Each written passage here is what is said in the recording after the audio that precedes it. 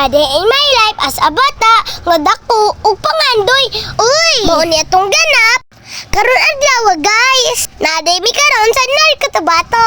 Kay nangulin apod ang mga lagan guys. So kanina time, kani uban ako ila mamang anak guys. Kani sila mama, nangapas na sila guys. Mauling view sa mua guys. Puros basakan, katubahan, ug kalapukan guys. Bitaw guys, uy. Wala po ka diri guys kung mag-ulan. Kay daghan, manggo diri mo agi guys. Mga truck sa tubo. May smile pa kung papa guys. Pero dili pangagba.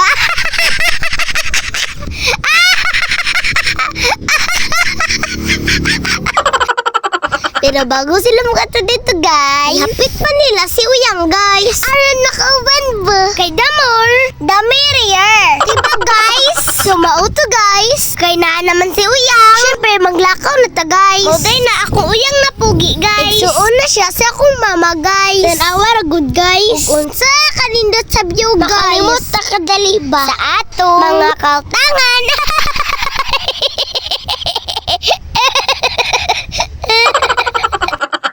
Karilit ka guys no. Ilum nakadara ba? Tingog-tingog po. Dili jud ka pahiring ba?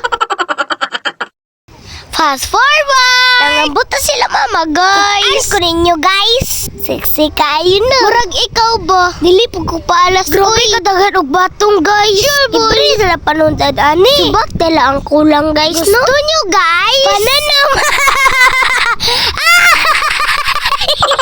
Joke lang. Bilibig ko ilang mama papang guys ba? Kanusan na dyan ilang baligya guys. Mabatong, talong, agad may ugdag ko. Watermelon guys. Grabe dyan nila kagugihan guys. Kabalo pa mo guys. Dilipod lalim. Ilang trabaho guys. Uy, usahay. Malight permanente lang kaon guys. Usahay pod ko lang po sa tulog guys. So maong. Kung kikailuyan sila guys, iserve po na nila guys. Uy.